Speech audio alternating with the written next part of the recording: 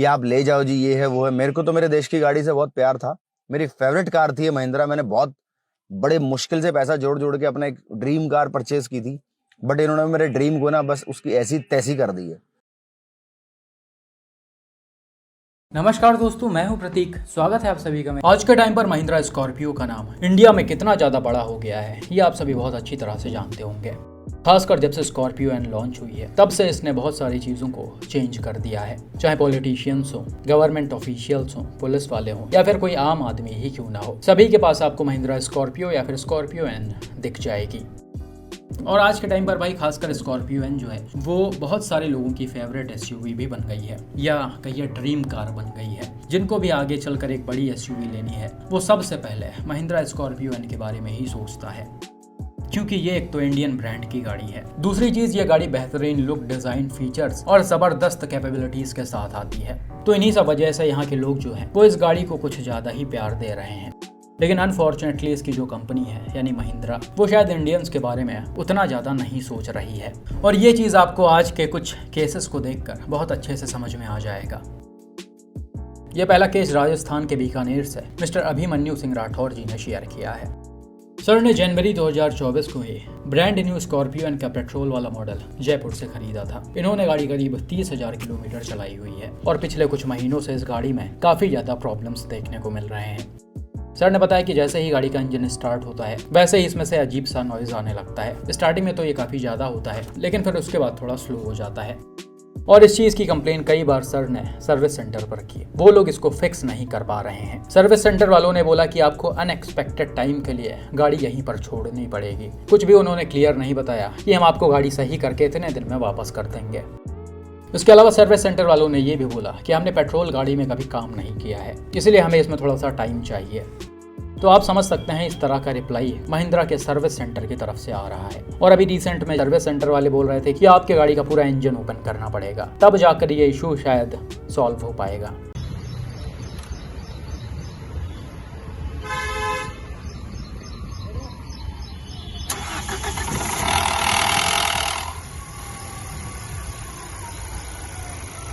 अब भाई गाड़ी टोटल 30,000 किलोमीटर चली हुई है और इसके इंजन में प्रॉब्लम आ जाना बहुत बड़ी बात है। और भाई कैसे कोई ओनर अपने नई गाड़ी का इंजन ओपन करवा ले? अभी 1 साल भी नहीं हुआ इस गाड़ी का और कंपनी वाले ऐसी चीजें बोल रहे हैं। हालांकि ओनर का शायद कहना है कि आपको इंजन रिप्लेस करना हो तो रिप्लेस कर दीजिए, लेकिन इसको ओपन मत करिए। और यही सही भी है। इतनी नई गाड़ी है और बाई चांस इसके इंजन में कुछ प्रॉब्लम आ गया है तो इसके इंजन को रिप्लेस कर देना चाहिए। इसको ओपन करके गाड़ी की ऐसी तैसी मत करें। क्या पता इंजन ओपन करने के बाद भी वो लोग प्रॉब्लम सॉल्व ना कर पाएं। बिल्कुल ऐसा ही नॉइज वाला एक और केस उत्तर प्रदेश के लखनऊ से मिस्टर अविरल ने शेयर किया था। और इस केस में तो भाई को काफ़ी ज़्यादा प्रॉब्लम्स झेलनी पड़ी थी। भाई ने बताया कि उन्होंने ब्रांड न्यू व्हीकल परचेज की और उसके कुछ ही दिन बाद गाड़ी ब्रेक डाउन हो गई, जो बाकायदा आप इन वीडियोस में देख भी सकते हैं। गाड़ी को टो करके सर्विस सेंटर ले जाया जा रहा है। और ये जो वीडियो है वो सेकंड टाइम का है। इससे पहले भी एक बार गाड़ी ब्रेक डाउन हुई है, मतलब शायद 15-20 दिन के अंदर 2 से 3 बार ये ब्रांड न्यू व्हीकल खराब हुई थी। और इसके बाद सर्विस सेंटर पर इसका 2 बार फ्यूल पंप चेंज किया गया। और ये सारी चीज़ें लगभग 2 से 3 महीने के अंदर हुई। हालांकि फ्यूल पंप चेंज करने के बाद भी गाड़ी में स्टार्टिंग के दौरान अजीब सी नॉइज़ आ रही थी, जो आप वीडियो में भी क्लियरली सुन सकते हैं। और ये वीडियो रीसेंट का ही है। चला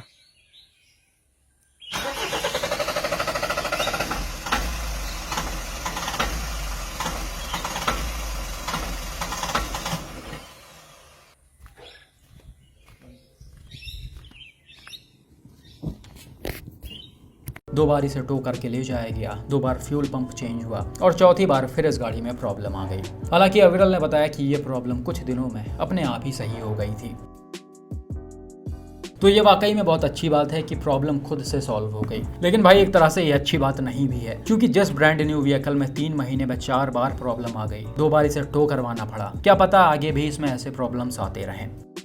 और मुझे ये नहीं समझ में आता भाई कि कंपनी वाले चीज़ों को पकड़ क्यों नहीं पाते हैं। बार बार सर्विस सेंटर जाती है गाड़ी, ओनर का दिमाग खराब होता है, टाइम वेस्ट होता है, सारी चीज़ें होती हैं, लेकिन फिर भी उन लोगों को ये पता ही नहीं चल पाता कि एग्जैक्ट इशू क्या है। वो हमेशा आपकी गाड़ी को मंगाएंगे और कुछ टेम्परेरी सही करके दे देंगे, फिर 10-15 दिन बाद वही चीज़ रिपीट हो जाती है। उम्मीद करते हैं कि स्कॉर्पियो ओनर के साथ ऐसा ना हो, लेकिन फिर भी कंपनी को ऐसे चीज़ों पर ध्यान देना चाहिए। और आजकल भाई जल्दी प्रोडक्शन करने के चक्कर में कंपनी कायदे से R&D नहीं करती है, जिस वजह से काफ़ी ज़्यादा डिफेक्टिव कार्स ओनर्स को डिलीवर हो जाते हैं। और ये कई कंपनियों के साथ देखा गया है, हालांकि टाटा महिंद्रा के साथ कुछ ज़्यादा ही है। और वो चीज़ आपको ये वीडियो देखकर और भी अच्छे से समझ में आ जाएगा, जो रिसेंटली कई सारे व्यूवर्स ने मुझे शेयर किया है। ये वीडियो फेसबुक पर मनीष पंडित जी ने डाला हुआ है।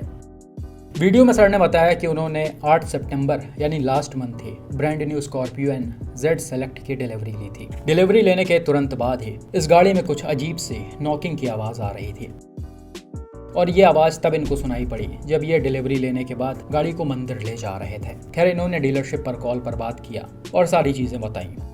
वहाँ पर सर्विस सेंटर के लोगों ने बोला कि ये बहुत ही छोटी सी प्रॉब्लम है, अब गाड़ी को सर्विस सेंटर पर लेकर आइए, हम 1-2 पार्ट चेंज करेंगे और गाड़ी सही हो जाएगी। जब गाड़ी को सर्विस सेंटर पर ले जाया गया तो वहाँ पर पता चला कि इसके शाफ्ट या किसी चीज़ में कुछ इशू था, और कंपनी की तरफ से ये बताया गया कि इसके पार्ट को आने में लगभग 3-4 दिन लग जाएंगे। फिर 3-4 दिन बाद मनीष जी अपने गाड़ी को लेकर महिंद्रा के सर्विस सेंटर पर गए। वहाँ पर कुछ घंटे वेट करने के बाद उन्होंने कोई पार्ट चेंज किया और मनीष जी को गाड़ी हैंड ओवर कर दी। मनीष जी ने वहाँ से गाड़ी ली और वो मथुरा के बरसाना चले गए दर्शन करने के लिए। लेकिन जब वो रास्ते में थे तो उन्होंने फिर से इस नॉकिंग वाले आवाज को सुना, और ये चीज बार बार रिपीट हो रही थी। अब इस आवाज को सुनने के बाद फिर से मनीष जी ने सर्विस सेंटर के बंदों को कॉल किया और उन्होंने बोला कि आपको फिर से गाड़ी सर्विस सेंटर पर दिखानी पड़ेगी। खैर, यहाँ पर ओनर क्या करते, उनकी मजबूरी थी गाड़ी को सर्विस सेंटर पर ले जाना, क्योंकि ऐसे गाड़ी चलाई नहीं जा सकती थी। अब जब गाड़ी सर्विस सेंटर पर गई तो वहाँ पर उन लोगों ने शायद कोई पार्ट चेंज किया, या फिर इन लोगों ने शायद ऐसे ही उठाकर मनीष जी को गाड़ी हैंड ओवर कर दिया। रात के करीब 8 बज चुके थे और मनीष जी सर्विस सेंटर के ही ड्राइवर के साथ वापस घर आ रहे थे। हालांकि वापस घर आते समय फिर से ये नॉकिंग वाली साउंड स्टार्ट हो गई, और इस बार इस चीज़ को ड्राइवर ने खुद कंफर्म किया।